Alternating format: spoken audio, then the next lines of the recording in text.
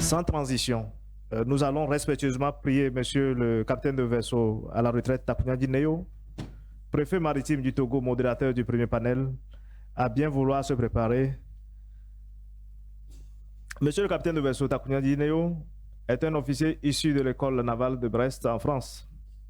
Il a occupé les postes de directeur général de la police nationale, de commandant de la base marine, de chef d'état-major de la marine, de chef d'état-major particulier du président de la République, avant d'occuper le poste de préfet maritime depuis octobre 2016.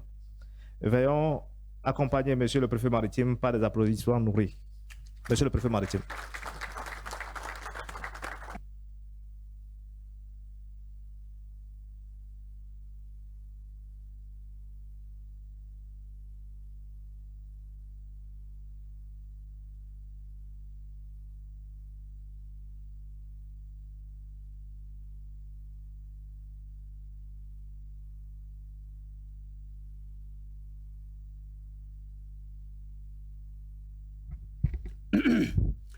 Monsieur le chef d'état-major des marines, monsieur l'amiral commandant en chef de l'océan Atlantique, monsieur les amiraux, les chers participants au 7e symposium des chefs d'état-major de Golfe de Guinée, comme présenté, je suis le préfet maritime du Togo. Alors, ce panel qui a pour thème la coopération inter-administration. La coopération inter-administration, vous savez, toutes les marines, lorsque un navire en mer fait automatiquement de l'action de l'État en mer. Les enjeux sont énormes. Il faut maîtriser les espaces maritimes, notamment l'ordre public, la criminalité maritime, la piraterie, la pêche illégale, la drogue, etc. Et ensuite, la prévention contre la pollution et avoir aussi les capacités pour la recherche et le sauvetage. Outre vos missions de défense, automatiquement, vous faites de l'action de l'État en mer. Mais les enjeux que je viens de citer sont généralement gérés par d'autres administrations. Alors, il va falloir que pour aller au bout de la chaîne de la lutte contre la criminalité maritime, il va falloir travailler avec d'autres institutions, bénéficier de leurs compétences, de leur expertise. Et comme le ministre conseiller l'a dit, vous travaillez beaucoup tous les jours avec les autres acteurs de l'administration. Et donc, comment gère-t-on la coopération entre ces administrations? Pour répondre à ces questions, nous avons 4 panélistes que je voudrais citer ici. Le chef d'état-major de la marine du Sénégal, le contre-amiral Abdou Sène est le chef d'état-major du Sénégal. Il est rentré à l'école navale, école du groupe École diplomique à Brest. Ensuite, il a embarqué pour faire son école d'application à bord de la Jeanne d'Arc. Il est diplômé de l'école de guerre aux États-Unis, à Newport, Rhode Island. Il a une carrière riche et professionnelle. Il a commandé les navires de guerre de son pays et occupé des fonctions à l'état-major des armées du Sénégal et du ministère de la Défense. Au plan international, il a participé aux missions des Nations Unies pour le maintien de la paix. Il a reçu la distinction et des décorations des Nations Unies et de son pays. il a été officier de l'Ordre national du Sénégal.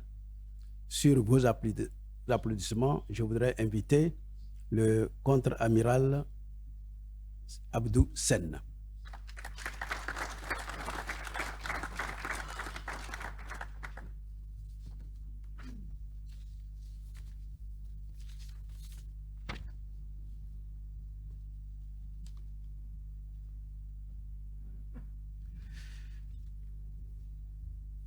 Le deuxième panéliste, c'est le chef d'état-major du Nigeria, le vice-amiral Emmanuel Ogala. Il est né le 20 décembre 1968 dans l'État Enugu au Nigeria. Il est engagé en tant que membre de la 39e promotion du cours régulier de combat le 16 décembre 1987. Il a reçu le sabre d'honneur en tant que meilleur élève officier naval.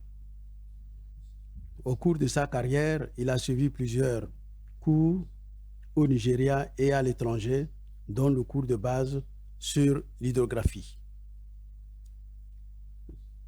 L'amiral a occupé plusieurs postes et il a été décoré et il a aussi plusieurs distinctions. L'amiral est marié à Madame Ijoma Ogala et leur mariage a été béni par la naissance de 2 enfants. Je prie le vice-amiral de prendre la place.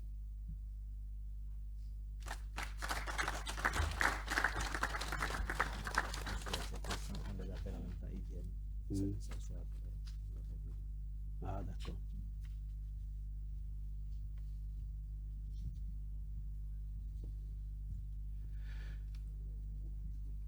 Dans le contre-amiral du Congo, vous pouvez prendre place pendant que je donne votre biographie parce que nous sommes pressés par le temps, nous n'avons que 40 minutes.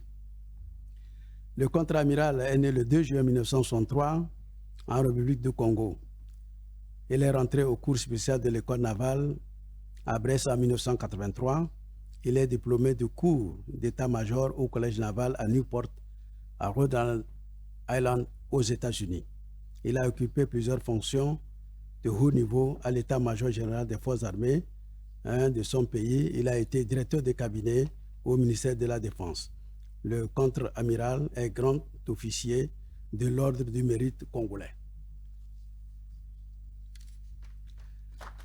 Sous vos applaudissements. Le 4e panéliste, le vice-amiral Noé Rodriguez Joao. S'il peut prendre place.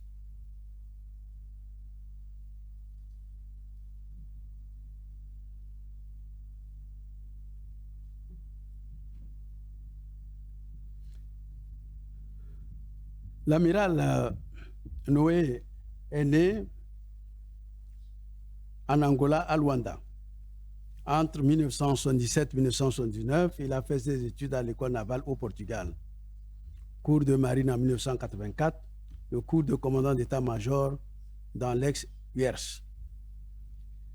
Et à la poursuite de sa formation, il a suivi le cours général à l'Institut supérieur naval de guerre en 1994 et 1998.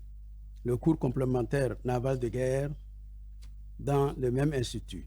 En plus de sa formation militaire, l'amiral Noé a également un diplôme en gestion d'entreprise de l'université Agostino Neto.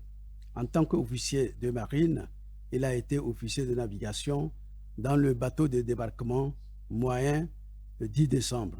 Pendant 1979 et entre 1962 et 1980, il a aussi été sur le bateau de débarquement moyen NDM. En travaillant à terre, il a été directeur du centre d'illustration pendant 1985 et 1990.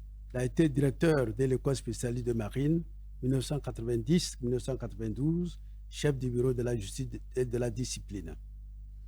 En tant qu'amiral, il a occupé les fonctions suivantes: chef adjoint de la direction de l'agence militaire de l'Égypte entre 2007 et 2009, chef de la direction des services de renseignement militaire en 2013 et 2018. Il est également le deuxième commandant de la marine angolaise. Il est marié avec Madame Maria Salvador Lopez Ortet et il est père de 3 enfants. Voilà, nous avons les 4 panélistes pour parler de la coopération interadministration. Je disais tout à l'heure que les marines, lorsque vos navires sont en mer, font en même temps de l'action de l'État en mer, parce qu'en dehors des missions de défense, vous avez à maîtriser, n'est-ce pas, l'ordre public en mer, la protection de l'environnement et la recherche et le sauvetage. Alors, dans ces questions, vous êtes amenés à travailler avec d'autres administrations qui ont aussi d'autres expertises pour que votre action en mer puisse connaître un processus sans faille jusqu'à la justice.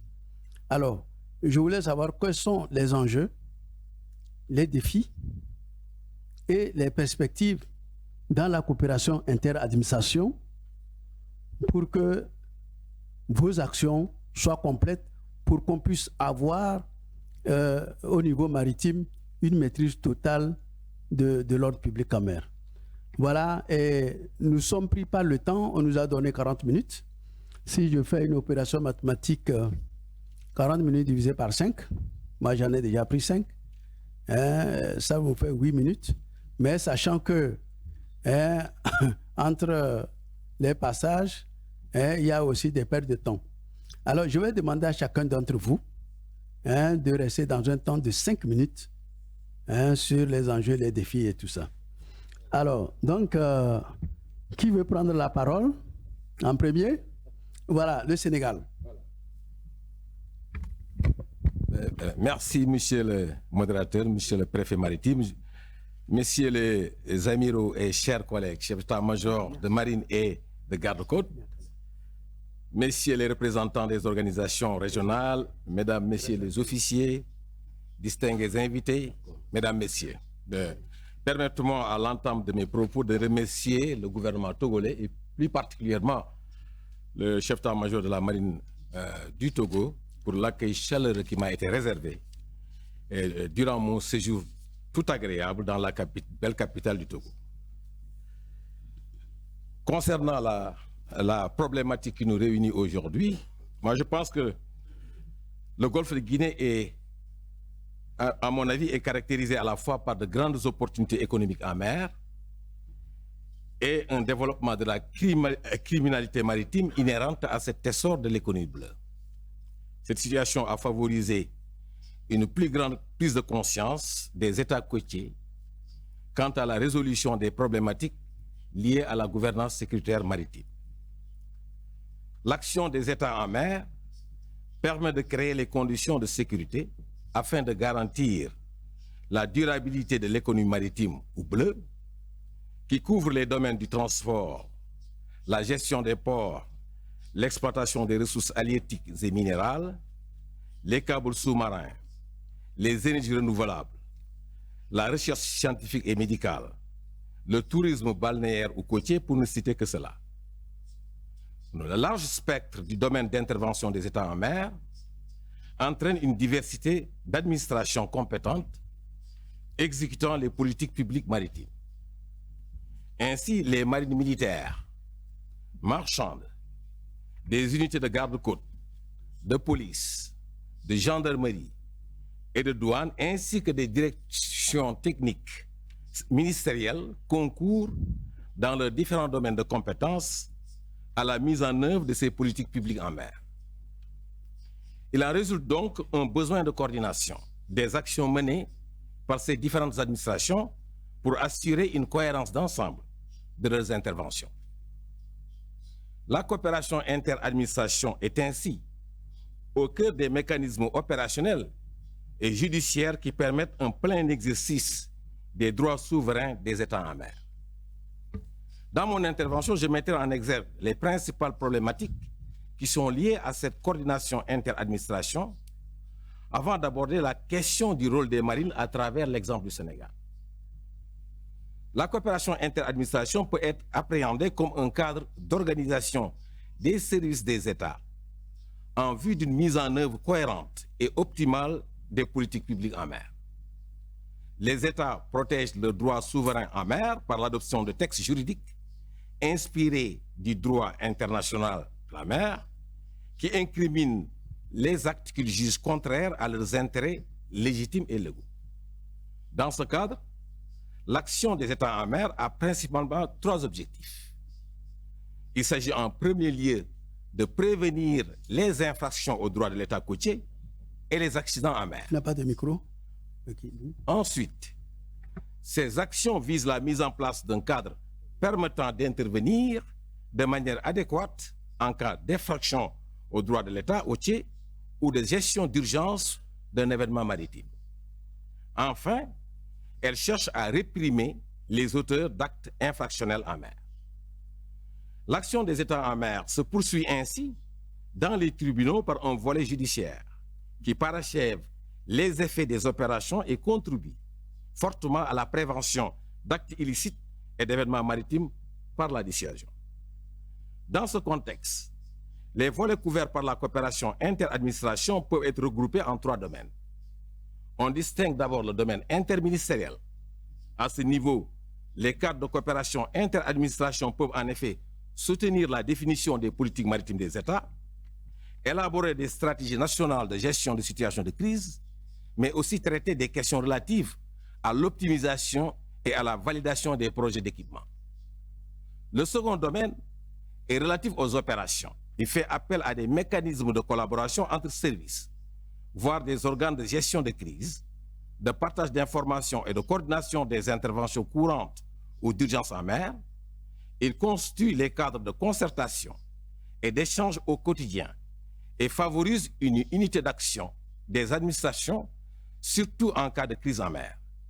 Il peut prendre la forme de préfectures maritimes, de structures permanentes de coordination ou de cellules de crise qui pilotent les opérations en mer. Enfin, les cadres de coopération interadministration donnent des opportunités de collaboration entre structures policières, judiciaires et navales engagées dans l'action de l'État en mer. Ils peuvent ainsi permettre un soutien des enquêtes judiciaires par la mise en contribution d'un large panel d'experts pour une meilleure prise en charge des délits constatés par les tribunaux compétents. Concernant la question des enjeux liés à la coopération interadministration, ils peuvent se décliner en 2 volets: l'efficacité et l'efficience de l'action publique en mer. En effet, la coordination des actions des structures étatiques en mer vise d'abord l'atteinte d'une efficacité opérationnelle d'ensemble basée sur un emploi optimal des ressources dédiées. Les résultats obtenus par les États dans l'exécution de la politique publique maritime proviennent de la somme de ceux des différentes administrations intervenant dans ce milieu. Dans ce contexte, la coopération interadministration permet d'atteindre des objectifs plus élevés et plus complexes par une optimisation des relations et un développement de synergie entre les services administratifs et opérationnels. Il s'agit principalement d'établir des mécanismes de communication entre les différentes entités en vue d'ordonner et de synchroniser leurs actions. Ceci pose donc la nécessité d'avoir une autorité unique de coordination. Cependant, la coopération interadministration trouve sa plus grande pertinence dans la recherche d'efficience de l'action publique en mer. Elle permet en effet d'éviter les redondances dans l'acquisition des capacités et la conduite des opérations. Elle offre des opportunités pour une mutualisation des moyens d'intervention en mer, dont les coûts d'achat et de possession sont souvent élevés. Elle permet également un partage de l'information opérationnelle et une optimisation des déploiements en mer. Malgré ces avantages, la coopération interadministration se heurte à des défis d'abord liés à l'organisation des États. Ces derniers ont une structuration qui ne permet pas toujours une concentration des compétences relevant du secteur maritime. En effet, les États abordent souvent les questions politiques en fonction de leur nature et non en suivant la logique du milieu. Les ministères en charge de l'environnement s'occupent par exemple des questions environnementales dans les milieux terrestres et maritimes. Ainsi, il y a autant de services intervenant en mer que de sujets qui touchent le domaine maritime. Par ailleurs, certains de ces services n'ont pas une culture maritime développée et traitent ainsi les problématiques liées à la mer de manière tout à fait accessoire. La coopération entre ces multiples administrations se heurte aussi aux dynamiques de lutte d'influence et de compétition pour l'accès aux ressources budgétaires. Chaque structure cherchant à occuper une position de leadership dans le secteur maritime en cherchant à bénéficier de plus de prérogatives, d'équipements et d'allocations financières. On observe ainsi des conflits entre administrations dont les missions se recoupent, par exemple l'environnement et la pêche, ou entre civils, militaires et parfois paramilitaires. Fort heureusement, la coopération inter-administration est un modèle qui s'impose de plus en plus dans les États africains. En effet, il faut d'abord constater que plusieurs initiatives visant une institutionnalisation de cette coopération ont été prises avec succès dans notre sous-région. On peut citer dans ce cadre l'organisme national chargé de l'action de l'État en mer du Togo, l'autorité nationale chargée de l'action de l'État en mer du Bénin, le secrétariat permanent du comité interministériel de l'action de l'État en mer en Côte d'Ivoire et la haute autorité chargée de la coordination de la sécurité maritime, de la sûreté maritime et de la protection de l'environnement marin au Sénégal que j'ai eu à diriger pendant 2 ans. Il y a donc une véritable dynamique sous-régionale visant l'établissement de structures dédiées à la coopération inter-administration en mer. Il convient de souligner, on me dit que je dois conclure, j'ai déjà fait 8 minutes. Je pense que ce serait intéressant effectivement que je partage la deuxième partie de ma réflexion, qui est le rôle des marines dans ces organismes, dans ces organisations. Pour répondre à cette question, je m'appuierai sur le cas du Sénégal qui illustre suffisamment la vision que la marine de ce pays se fait de sa place dans l'action de l'État en mer. Il faut d'abord souligner que la marine nationale sénégalaise est le bras armé de l'État en mer. Elle a des missions liées à la défense de l'intégrité du territoire et à l'action de l'État en mer. Donc, grâce à sa présence permanente, je résume, la marine nationale dispose également de ressources humaines, de personnes les plus expérimentées dans le domaine des opérations de sûreté et de sécurité à caractère maritime. En effet, l'action de l'État en mer au Sénégal est coordonnée par la ASMAR, l'autorité, la haute autorité, mais il faut savoir que cette haute autorité est dirigée par un officier de marine et que les différentes directions, particulièrement la direction des opérations, est dirigée par un officier de marine. Voilà, comme j'ai 8 minutes, il me reste beaucoup de choses à partager avec vous, mais comme je suis tenu par le temps, je m'incline, il faut que je respecte la discipline imposée. Voilà, merci.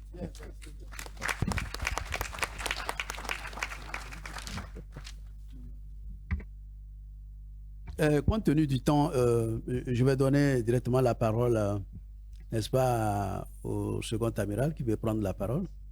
Et puis ensuite, à la fin, je ferai un résumé global et on donnera la parole à l'assistance pour apporter aussi leur contribution, poser aussi des questions. Alors, qui voudrait prendre la parole? L'amiral du Congo, Ngonango. C'est juste pour être dans la continuité des langues, hein. Comme ça les francophones parlent et puis les autres vont prendre le relais après, comme ça les écouteurs sont en équilibre. Bien, merci bien, monsieur le modérateur. Je crois que le thème qui a été proposé pour ce panel, c'est en fait un partage d'expérience entre chacun de nos États dans le rôle, dans le cadre de la coopération inter-administration. Et donc, dans le cas de la République du Congo, le contexte même de la sécurisation du Golfe de Guinée fait que la coopération inter-administration se refait fondamentalement à une collaboration entre les différents acteurs publics et privés étatiques impliqués dans la sécurisation du domaine maritime national avec, comme on dit, un continuum sur tout le Golfe de Guinée. Et cette coopération, dans le cas de notre pays, est actée dans un cadre institutionnel de l'action de l'État en mer et dans les eaux continentales, puisque nous avons une frange assez importante du fleuve, et donc nous intégrons ces deux aspects, et la mer et les eaux continentales. On a une loi qui a été prise en compte et un décret qui porte organisation et coordination de l'action de l'État en mer dans les eaux continentales. C'est ce décret qui aujourd'hui fédère un peu toutes les administrations, d'autant plus qu'il place l'action de l'État en mer et les eaux continentales à 3 niveaux.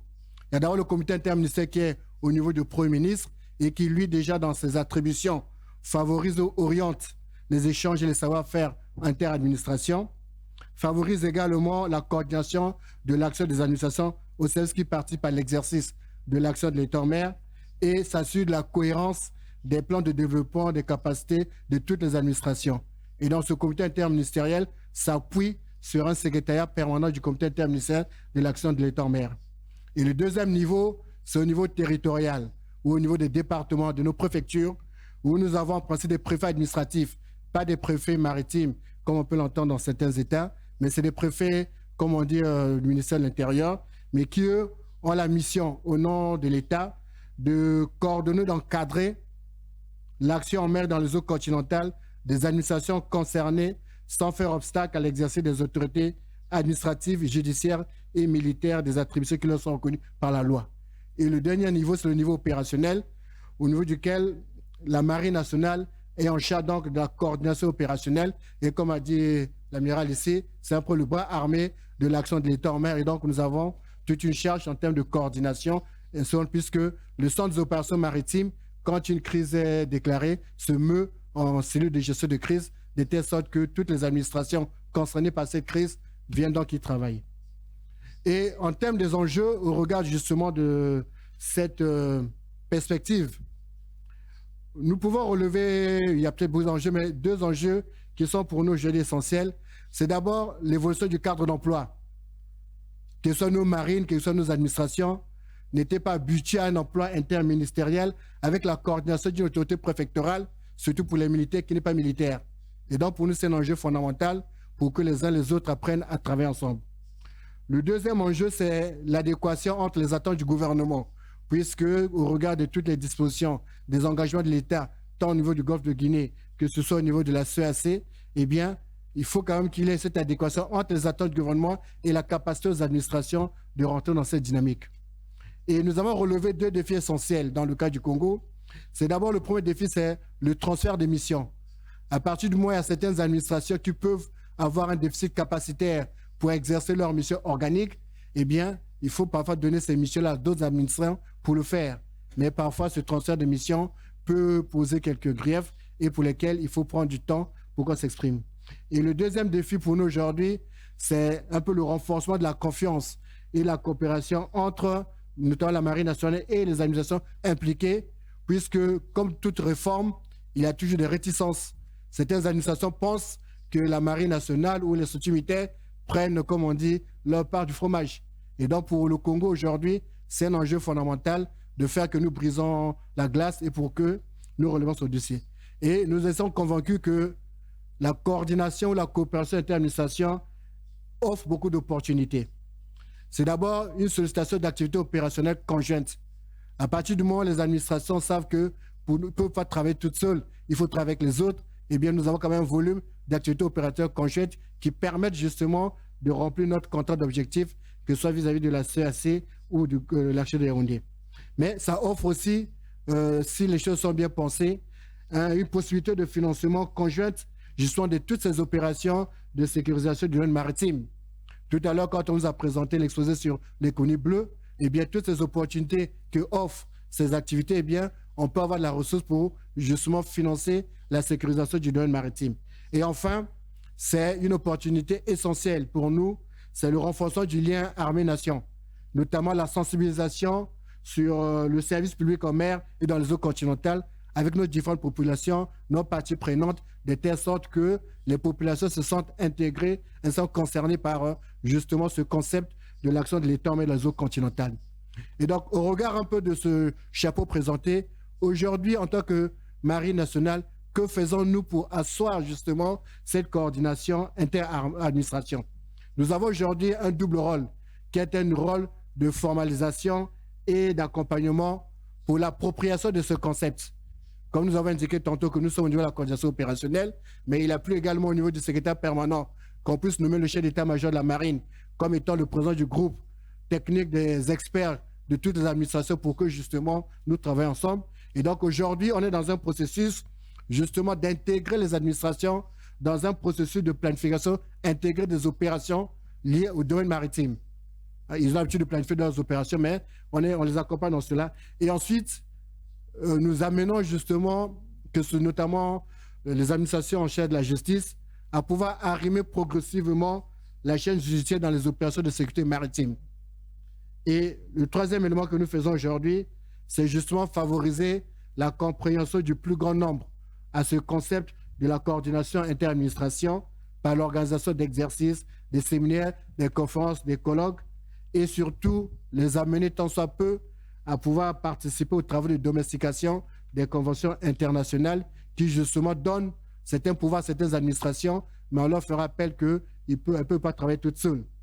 Et c'est un peu dans cette dynamique que nous avons saisi l'opportunité de cet exercice Grand Afrique Animaux 2023 de pouvoir améliorer le mémento des procédures opérationnelles au niveau de la cellule de crise préfectorale qui est en charge de gérer des crises, non pas seulement des crises maritimes, mais in fine, c'est pouvoir gérer toute crise qui pourrait se présenter au niveau d'un territoire en intégrant toutes les administrations. Et nous avons pu également tester le fonctionnement, comme on dit en live, de toutes nos structures de coordination dans le cadre de cette archive qui est mise en place, en prenant en compte le centre de la cellule de crise préfectorale, mais aussi la cellule, le centre des opérations maritimes, le centre des opérations de la pêche et également le centre des opérations de la marine qui est à Brazzaville. Et donc, c'est un peu dans cette dynamique que le gouvernement de la République du Congo a engagé ce projet de mettre en place l'Institut de hautes études de la mer et du fleuve pour justement créer un cadre de renforcement des capacités des acteurs professionnels de la mer dans les administrations pour que justement l'esprit de coordination, de mutualisation soit suffisamment partagé. Et s'il fallait faire une recommandation, je crois que j'ai encore une minute, je crois que la première recommandation, et on ne cessera de le dire, chacun a son expérience, c'est de poursuivre la sensibilisation des décideurs politiques, économiques et financiers pour appréhender le fait que la mer et les eaux continentales sont aujourd'hui dans nos États un leitmotiv du développement national qu'il faut protéger et sécuriser. Ensuite, promouvoir les principes de cohérence, de complémentarité, de solidarité, qui sont des facteurs essentiels pour bâtir la confiance entre les administrations. Je vous remercie.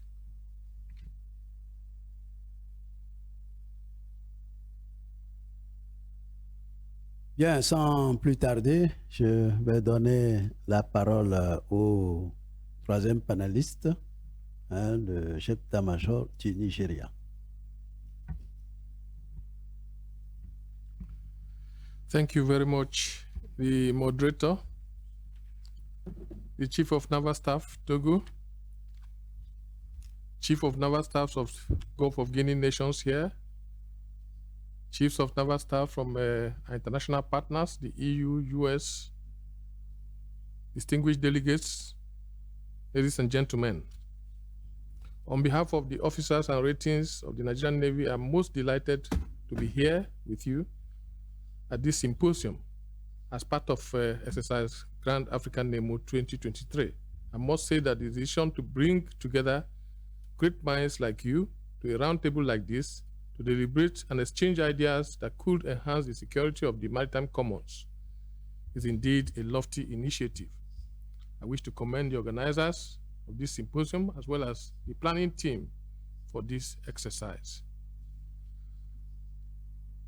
Well, we all know that the sea is generally a borderless area where the maritime environment activities in one nation affects the other.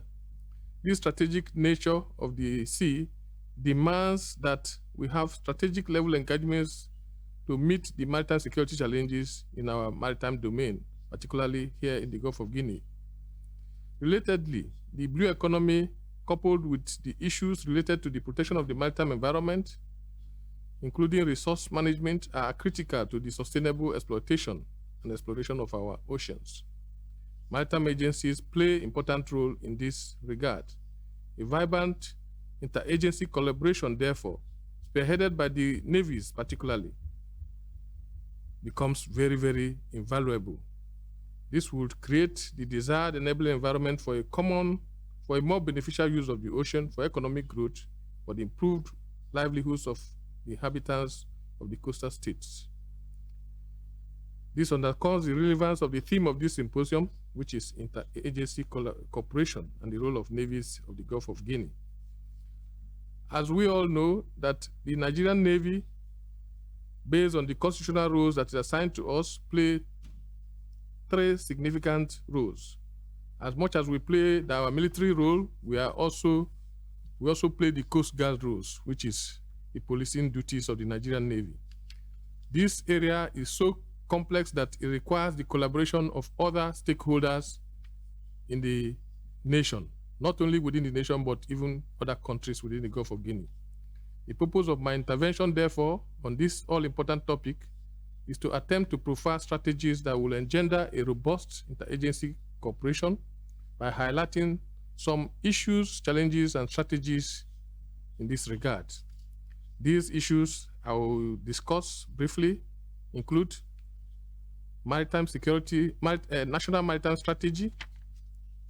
Then we have what I call the shared vision of maritime security, and also another issue of sea blindness, particularly within the Gulf of Guinea region.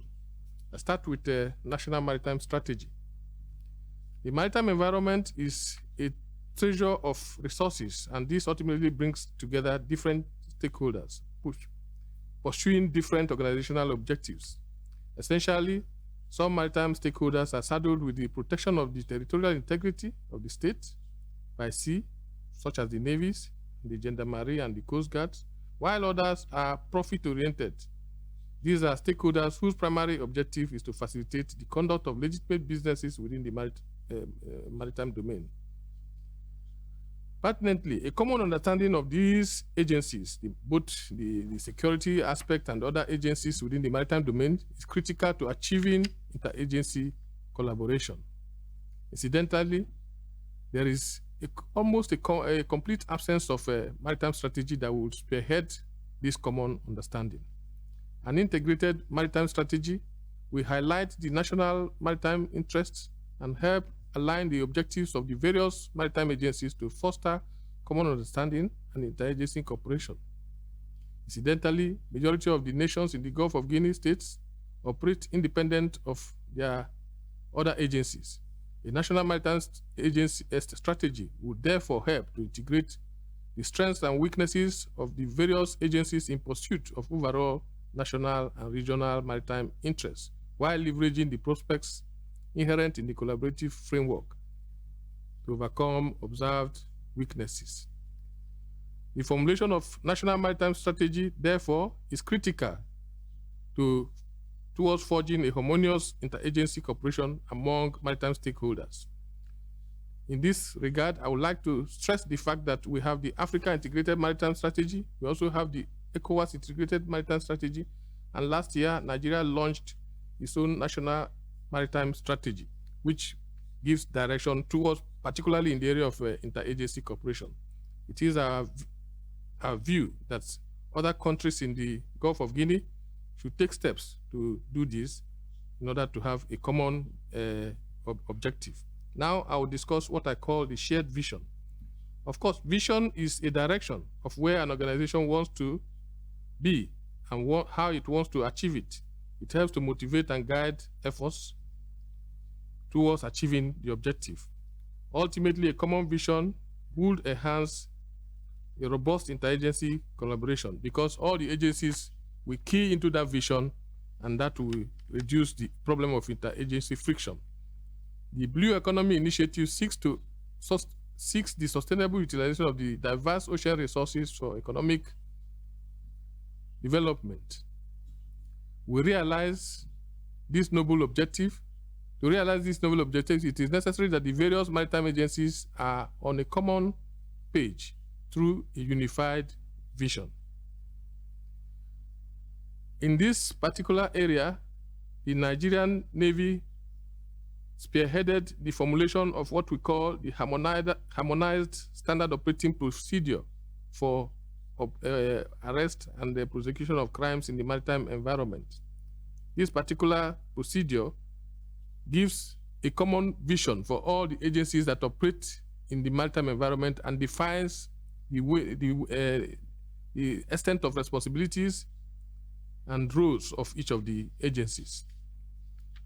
To promote a robust interagency cooperation, therefore, for a sustainable blue economy, it is imperative that navies of the Gulf of Guinea states, as the foremost maritime security institutions of their country, in close liaison with other maritime agencies, initiate the process of consummating a shared vision on maritime security.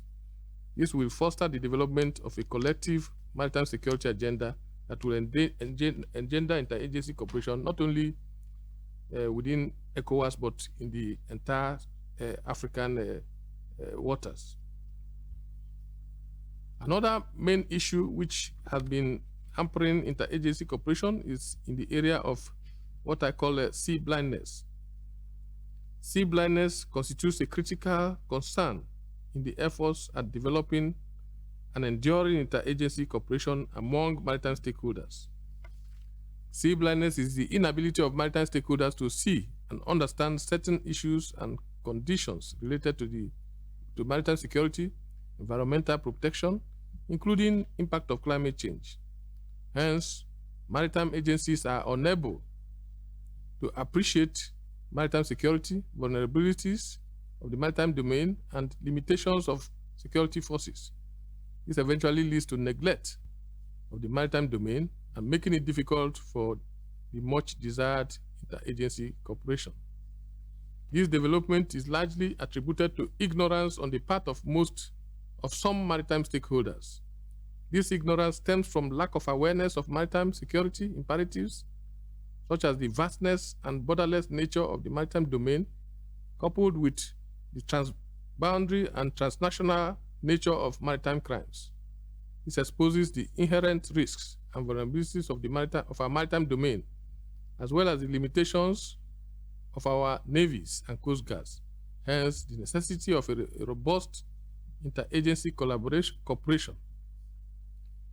In the same vein, maritime agencies have limited knowledge. Some maritime agencies have limited knowledge of the utility of the resources that abound in the maritime domain and their potential for national economic prosperity. To create an enabling environment for interagency cooperation, navies of the Gulf of Guinea states need to embrace measures for effective maritime domain awareness through the acquisition of maritime domain awareness infrastructure. This will provide real-time picture of the activities in the maritime domain, thus enhancing overall maritime security consciousness. Also, it is necessary that our navies ensure a secured network for information sharing among maritime stakeholders. Furthermore, human capacity development through joint training and exercises is key to fostering interagency collaboration. In this area of maritime domain awareness, the Nigerian Navy has spearheaded the establishment of what we call our maritime domain awareness infrastructure facility, particularly what we call the Falcon Eye, that provides a vivid picture of our maritime environment. We're also in the forefront of carrying out enlightenment campaigns to bring both all stakeholders to know the invaluable nature of the maritime domain. This we have been doing through our reach to political masters and other agencies that are key to the vision. Particularly this year, the federal government of Nigeria established the Ministry of Marine and Blue Economy. This is a ministry that is deliberately created to be able to promote and coordinate the affairs of the maritime domain with a view to improving our utilization of the blue economy for the economic well-being of Nigerians and the region in general. In conclusion, for want of time, the African Union Integrated Maritime Strategy 2050 emphasized sustainable blue economy for the continent's socio-economic development. A safe, secure, and maritime domain is key to optimizing the exploration of our maritime resources, and a robust interagency cooperation among maritime agencies of government, such as the military, the paramilitary, and other agencies, is key. It will also foster a collective maritime security mindset and an integrated approach to effectively meet the myriads of maritime security challenges that continue to undermine our space. As a form of recommendations, I would recommend that navies in the Gulf of Guinea should develop action plan with inputs from all maritime agencies in their country to formulate national maritime strategy, should work out how to cultivate and develop a common vision among maritime agencies and stakeholders in their country and the region as a whole, should also embrace measures for robust maritime domain awareness, and facilitate the development of joint maritime information fusion center for information sharing among agencies, as well as work out adequate modality for human capacity development through joint training, seminars, and exercises of this nature. Thank you very much for the opportunity.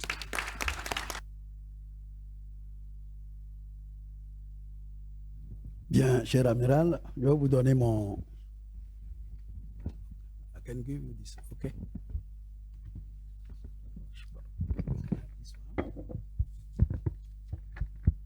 I give you the floor.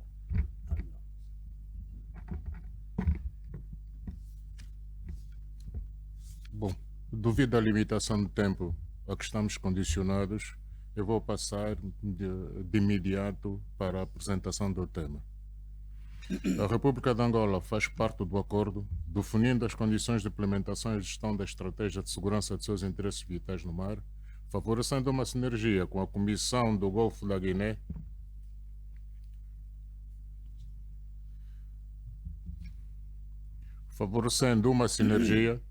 com a Comissão do Golfo da Guiné e Comunidade Econômica dos Estados da África Ocidental. Na Zona A, Angola é o país piloto, integrando igualmente a RDC e a República do Congo. A estratégia é implementada pelo Centro Regional de Segurança Marítima da África Central, CRESMAC, que tem por missão de assegurar o controle dos espaços marítimos dos Estados-membros da CEAC do Golfo da Guiné. A participação das organizações regionais e internacionais no seu papel contribui nos esforços da luta contra os ilícitos no mar, bem como as estruturas terrestres saídas do processo de Yaoundé, representam uma responsabilidade maior do funcionamento da arquitetura e do código de conduta. As instituições ou administrações que atuam no mar aportam novos subsídios de harmonização de convenções marítimas internacionais com grande proveito para as equipas interministeriais. A arquitetura de Yaoundé oferece uma oportunidade ímpar às marinhas e centros operacionais marítimos do Golfo da Guiné de testar o dispositivo de segurança e o asseguramento marítimo. Este dispositivo apoia-se sobre 5 pilares principais: troca e partilha de experiência, harmonização das legislações, harmonização dos procedimentos operacionais, harmonização das formações e cooperação internacional. Contexto e desafios. A partir de 2007, o Golfo da Guiné tornou-se numa das zonas marítimas mais perigosas do mundo. A insegurança marítima é um verdadeiro problema regional ameaçador. Descobertas de jazigos em offshore, hidrocarbonetos, despertaram o interesse geoestratégico na região.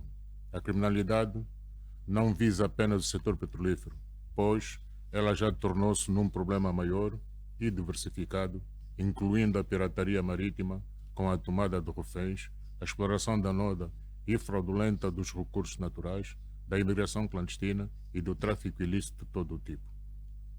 O Golfo da Guiné é uma sub-região no qual os contornos reais e definitivos são de difícil definição. Do ponto de vista geográfico, o Golfo da Guiné está situado na zona em que a FAO designou como sendo Zona Atlântico-Sul-Este. O Golfo da Guiné é uma zona regional que vai executando e reclassificando geoeconômica como numa zona útil dentro das configurações geopolíticas do século atual. Ela inscreve-se no registro dos espaços cobiçados do mundo não ocidental. A dimensão de diamantes e petróleo e os seus derivados do mundo tropical que a região adquiriu de forma progressiva tornou-lo numa das arenas das mais decisivas na competição geopolítica mundial. No plano cultural, o Golfo da Guiné constitui um polo de convergência dos africanos de origem anglo-saxônica e latina, falantes da língua espanhola, francesa e portuguesa, das civilizações Banto e Sahel, das religiões cristãs e muçulmanas. Do ponto de vista institucional, o Golfo da Guiné pode ser circunscrito no domínio marítimo dos 8 Estados aderentes, membros e observadores na Comissão do Golfo da Guiné, criada a quando de uma reunião realizada em Libreville nos dias 18 e 19 de novembro de 1999. Trata-se de Angola, Camarões, Congo, Gabão, Guiné Equatorial, Nigéria, RDC e São Tomé e Príncipe. Dentro de um ambiente global dominado pelo medo do terrorismo e instabilidade no Médio Oriente, a África e sobretudo no Golfo da Guiné é rapidamente considerada como uma região estratégica. A razão maior constitui o petróleo. Objetivos e missões. O Golfo da Guiné representa um interesse fenomenal, justificando uma terceira rota. Esta região é principalmente a componente de África Central, beneficiando de uma posição geoestratégica que a coloca em contacto com todos os outros das sub-regiões. No entanto, esta região é incontornável para toda a questão concernente que é tratada em África. Quem detém o Golfo da Guiné detém a África.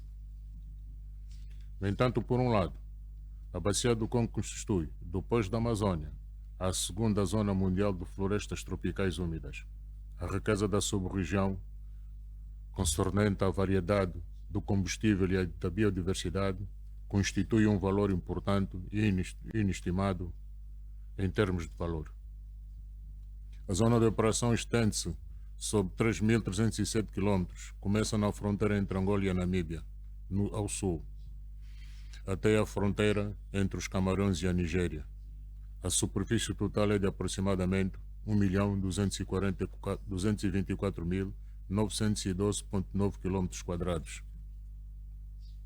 Objetivos principais: proteção das riquezas petrolíferas offshore, produção e reserva, proteção das zonas de riqueza marinha, particularmente aquelas de pesca artesanal, segurança das rotas marítimas, a luta contra o tráfico de drogas, circulação ilegal de armas de pequeno calibre, imigração clandestina, o tráfico de seres humanos, a pirataria no mar, a pesca ilícita, a poluição marítima, a realização das missões de segurança e fiscalização marítima, a cooperação internacional entre os Estados, a autonomia operacional no mar, a operacionalização das estruturas saídas do processo de Yaoundé, favorecer o engajamento dos diferentes ministérios e agências nacionais, justiça, finanças, segurança interna, pescas e ambiente, a operacionalização das marinhas africanas, a partilha de informação entre as marinhas, centros de operações marinhas, centros multinacionais, órgãos regionais e estratégicos, em colaborações com os outros órgãos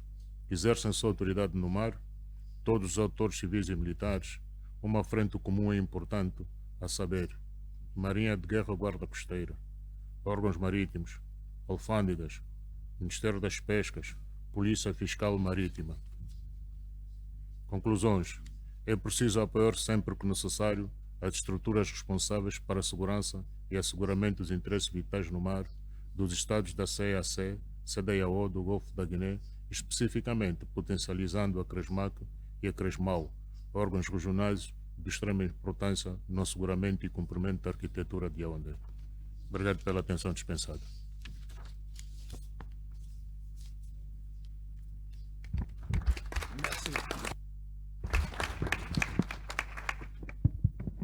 Bien, merci les pénalistes. Je ne vais pas résumer par panel, par intervention. Je vais essayer de résumer de façon globale ce que les panélistes ont dit. Alors, tous, vous êtes d'accord que dans le domaine de l'action de l'État en mer, il faut maîtriser l'ordre public, la criminalité maritime, la piraterie, les vols à main armée, la pollution, la pêche, etc., la protection de l'environnement. Tout le monde est d'accord là-dessus.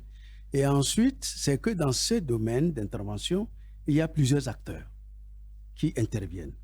Et ces acteurs qui interviennent de façon non coordonnée, ça crée des défis tels que la disposition des responsabilités, des cadres réglementaires et législatifs non harmonisés, le chevauchement des compétences, les disputes, les manques de coopération. Alors, vous avez tous trouvé que la solution, c'est la coordination inter-administration pour relever, n'est-ce pas, ces défis. Donc, il y a eu des propositions parmi vous dans un premier temps, un cadre institutionnel interministériel qui permet d'harmoniser les textes au niveau de l'action de l'État en mer pour pouvoir permettre aux administrations, au niveau opérationnel, de travailler correctement. Et aussi, les unités au niveau opérationnel puissent avoir des procédures opérationnelles harmonisées, ce qui permettra de définir clairement les compétences des uns et des autres. Alors, donc, cette coopération est nécessaire parce que lorsqu'il y a une crise majeure où il faut aller jusqu'au bout, jusqu'au niveau judiciaire, on a besoin aussi d'autres acteurs, vous l'avez dit. Donc, la coopération, vous avez tous dit, est une opportunité. Et je pense que c'est vrai, c'est une opportunité. Et je pense que les États, aujourd'hui, sont conscients de ça. Ils feront tout pour que la coordination dans nos pays soit vraiment réelle. Car la coordination serait la meilleure façon d'aller plus loin. Et donc, en somme, les marines veulent aller loin, donc il faut qu'elles aillent ensemble avec les autres acteurs. Et donc, en fédérant les synergies des autres acteurs de l'action de l'État en mer dans un esprit de dialogue, de coopération, de coordination interministérielle et interadministration, la gouvernance maritime a de meilleures chances de succès. Voilà, résumé ce que j'ai pu comprendre. Comme le temps est déjà presque passé, on va donner 5 minutes s'il y a certains participants qui veulent poser des questions. Oui. Commodore Sharma, Director Cresmao. Sir, my poser is not to anybody in particular. However, it's just something I want us to ponder about. And I know that this gathering has to do mostly with people at the strategic level, but I just want to highlight that some leeway has been given for us to operate as interagency coordination within the ambit of the Yaoundé Architecture for Maritime Strategy. Now, in that strategy, at the various levels, we have offices for personnel from other agencies, and right from the Cresmao level down to the multinational maritime coordinating centers, we have this coordination. But unfortunately, at the tactical level, which is at the maritime operating centers within individual states, we find out that they are not actually national maritime operating centers, but naval operating centers.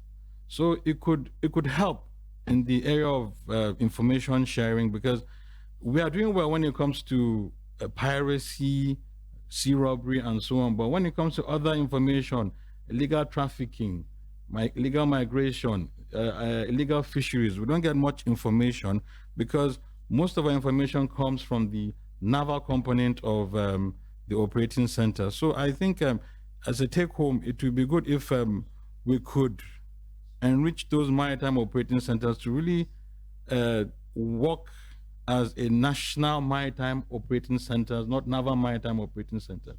Thank you, sir.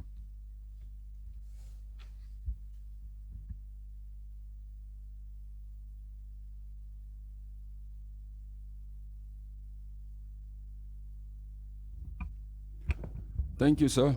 Sir, I have a contribution. And my contribution has to do with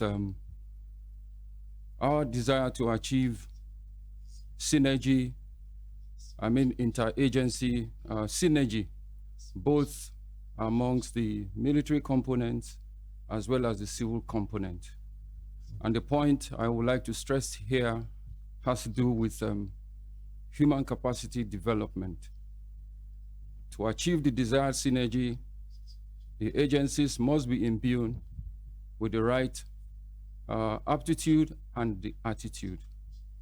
In the Nigerian Navy, we have as one of the components of our transformation plan the 9th pillar of our transformation plan is dedicated to interagency and sub-regional cooperation. And to that extent, in our staff colleges, in our staff college, interagency cooperation and synergy is taught as a subject. At the Naval War College, a module is dedicated to interagency cooperation. And not only are the participants exposed to just classroom lectures, at the end of the module at the Naval War College, the Chief of the Naval Staff approves for a sea trip for the participants. All the agencies, maritime agencies of government, they go on an overnight sea trip. And that has helped a lot in terms of synergy amongst our maritime stakeholders. It has indeed gone a long way in building trust amongst us, the much desired burden sharing, common understanding, and effective coordination. This will be my suggestion in terms of policy formulation of strategies as far as interagency cooperation is concerned. Thank you, sir. Bien, merci. Il y avait deux bras qui sont levés. Les deux, je vous donne la parole et puis on va conclure.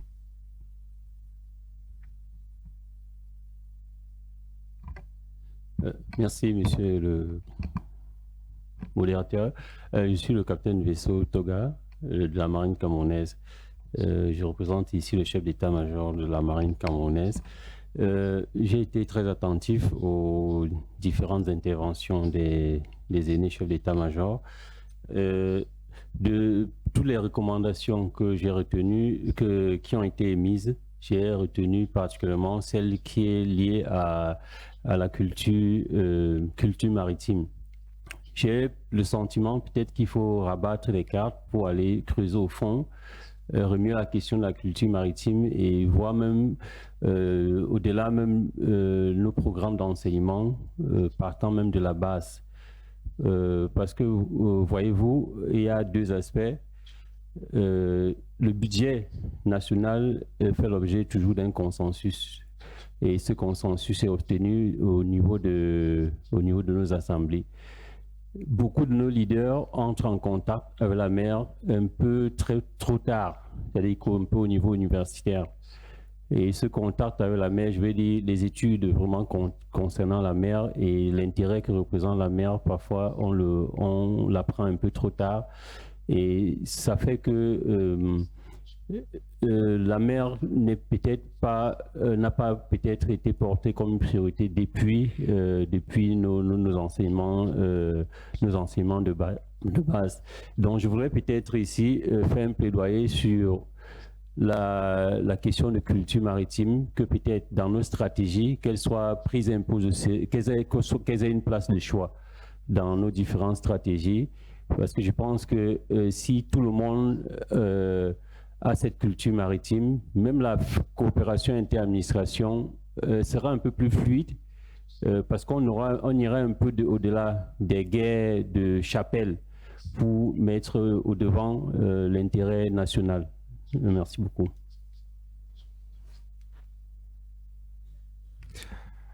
Merci beaucoup. Je suis le capitaine de vaisseau-major Fernand Maxime Awoyo, préfet maritime du Bénin.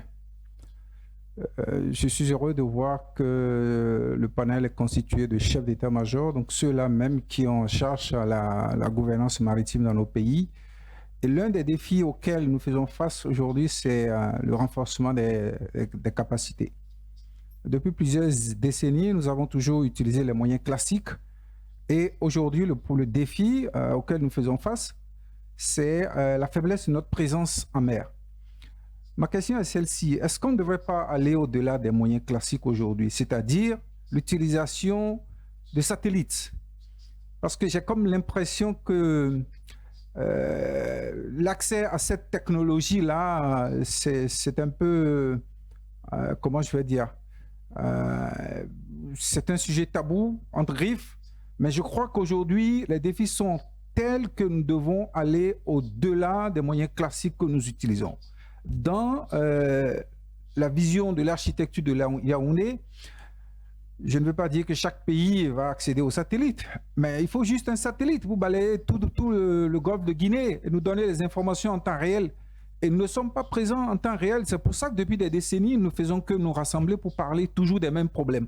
Il faut oser maintenant se jeter à l'eau et aller au-delà des moyens classiques que nous avons. Toutes nos marines, depuis le Sénégal jusqu'à l'Angola, ont les mêmes problèmes. Nous ne pouvons pas être en mer H24 pendant 365 jours. Ce n'est pas possible. Aujourd'hui, il y a des moyens satellites. Le satellite coûtait peut-être des centaines de millions il y a quelques années, mais aujourd'hui, il y a la possibilité d'utiliser cette technologie-là à bas coût. Je crois que la CEDEAO est là, les représentants du CIC sont là. Essayons de mener une réflexion dans ce sens-là. Cela va nous faciliter énormément le travail en matière de gouvernance maritime. Et je voudrais demander au chef d'état-major leur approche par rapport à cette idée-là. Merci. Bien, merci beaucoup. Je vais donner la parole aux panélistes pour répondre aux différentes questions dont vous avez les réponses. Voilà, merci.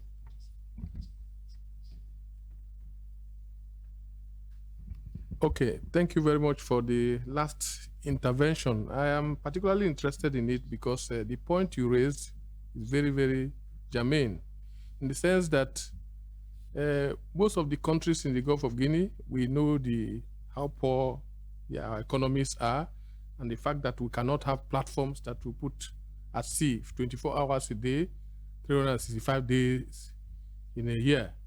And for that reason, we have a golden opportunity with the advent of various technologies that are force multipliers. So we have no option but to key into these technologies. And that is why I advocate the need for complete maritime domain awareness, such that our patrols, our activities in the maritime environment will be target-driven, in the sense that we would have been able to carry out effective surveillance to know exactly where to deploy our platforms. That is the only way we can maximize our potential despite the very low resources that we have. And in this regard, the Nigerian Navy has spearheaded that particular challenge by what I describe the maritime domain awareness infrastructure. These are areas that I think every nation in the Gulf of Guinea need to key into and endeavor to have such a facility, because in the immediate term, it might be expensive, but in the long run, if you look at the cost of sustaining the fleet at sea for a very long period for our large maritime area, you see that the use of these technologies, like satellite, use of drones, use of other forms of technologies, that gives you a vivid picture of the maritime environment, such that your patrols and other activities will be less expensive. So I agree with you completely.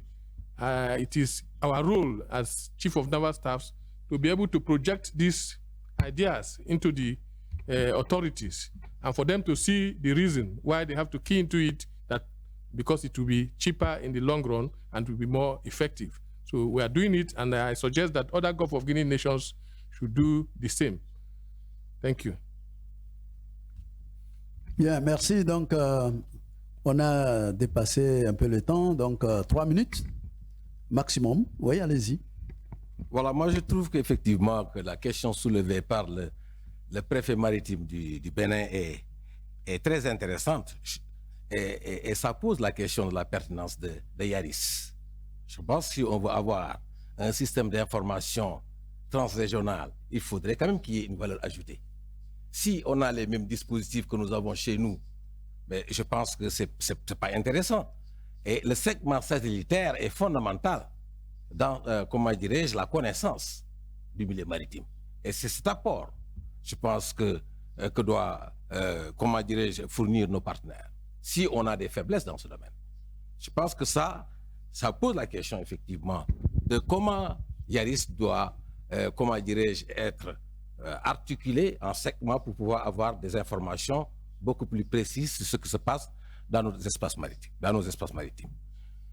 Le deuxième point soulevé par le directeur de Kersmao, c'est vrai, c'est les marines au niveau des MAC, c'est les marines qui ont les capacités pour agir en mer. C'est pourquoi vous voyez seulement les marines au niveau les MOC des marines qui gèrent le niveau tactique de l'architecture. Mais au Sénégal particulièrement, nous avons bien sûr ce qu'on appelle, nous avons développé un concept des plateformes navales porteuses des différentes administrations. Donc quand on intervient, on embarque effectivement des inspecteurs de pêche, des agents des douanes, et donc c'est la marine qui va en mer. Mais effectivement, à bord du bateau, il y a les différentes administrations qui sont représentées, comment dirais-je, au cours des missions. Oui, bon, je crois que les questions qui ont été présentées par les différents intervenants en termes de contribution sont à prendre en compte. Mais pour revenir un peu à la dernière proposition faite tout à l'heure par le préfet du Bénin, je crois que c'est une dynamique que beaucoup des États s'y engagent. Mais je reviendrai toujours sur ce que j'ai coutume de dire. On peut faire un partage d'informations, mais il faudrait que chacun de nos États, à un moment donné, enlève un peu de sa souveraineté pour la prêter aux autres.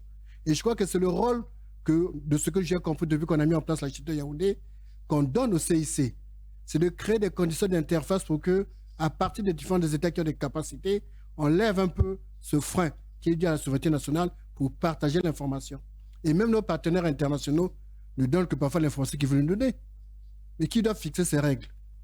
Il faut bien forcément que nos structures interrégionales puissent définir ce cadre-là. Et c'est ça qui donnera la plus-value à tout ce que nous voulons faire, tout en encourageant justement les nouvelles technologies. Merci. Bien, je remercie tous les panélistes pour leur intervention assez pertinente, aussi bien dans leur présentation comme les réponses qui ont été données.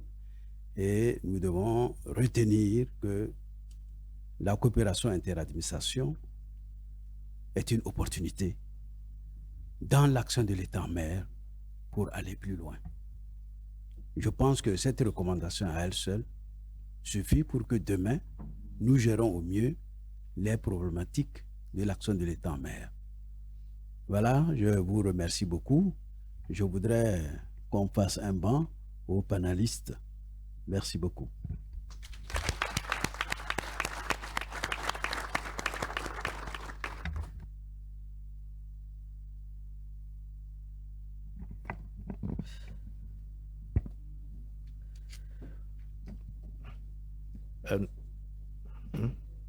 D'accord.